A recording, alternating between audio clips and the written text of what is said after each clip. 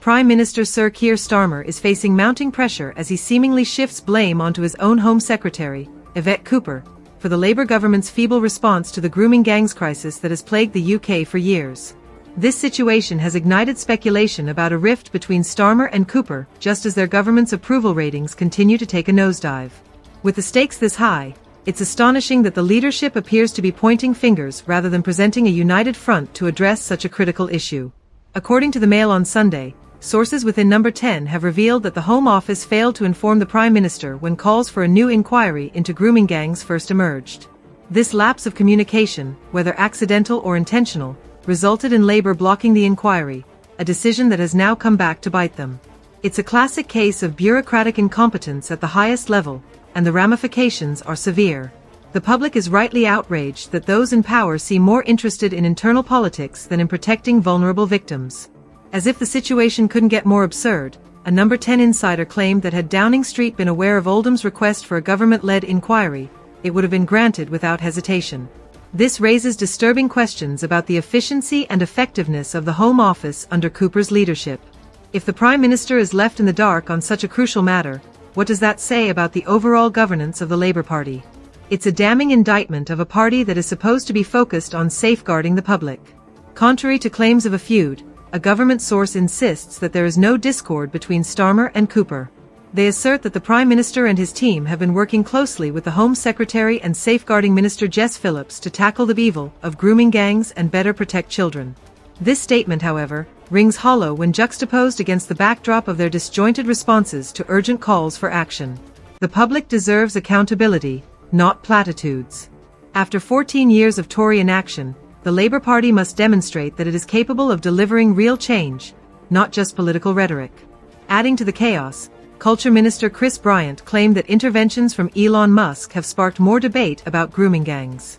This bizarre assertion was met with skepticism from Culture Secretary Lisa Nandy, who stated, "We are not a government that governs by social media, we govern for the real world."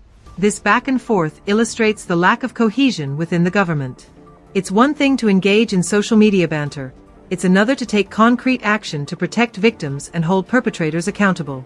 The public is not interested in Twitter wars, they want solutions. The Conservative Party's Shadow Home Secretary, Chris Philp, wasted no time in condemning the Labour Party's internal squabbling. He pointed out that Labour seems more focused on fighting among themselves than on fixing the issue at hand. This criticism strikes at the heart of the problem. The public is growing increasingly frustrated with politicians who prioritize political maneuvering over meaningful action. If Labour cannot unite to address the grooming gangs crisis, how can they expect to lead the country effectively? The crisis itself is not new.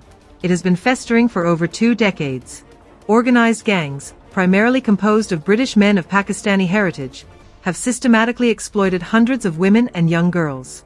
The prevalence of these gangs in northern towns is a stain on our society, and the failure of local police forces to respond adequately has only compounded the issue. The government must confront this reality head-on rather than shuffling responsibility around like a game of political hot potato. Jess Phillips, the Safeguarding Minister, recently denied Oldham City Council's request for a national inquiry, instead suggesting that the council should conduct its own investigation. This response is not only inadequate, it is indicative of a government that is still grappling with the complexities of the issue rather than taking decisive action.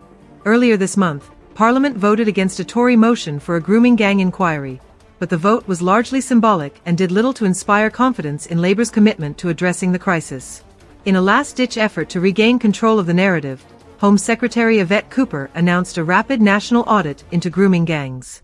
While this sounds like a step in the right direction, the question remains, will this audit lead to meaningful change, or is it merely a political maneuver to placate public outrage? The time for half measures has passed. The government must take definitive action to ensure justice for victims and hold those who exploit the vulnerable accountable. As the Labour Party grapples with its internal divisions and public scrutiny, the grooming gangs crisis requires urgent, unified action. The stakes are too high for political gamesmanship. The public demands accountability, transparency, and most importantly, a genuine commitment to protecting those who have suffered at the hands of these heinous crimes. If Starmer and his administration cannot rise to the occasion, they risk not only their credibility but also the safety and well-being of the very citizens they are meant to serve.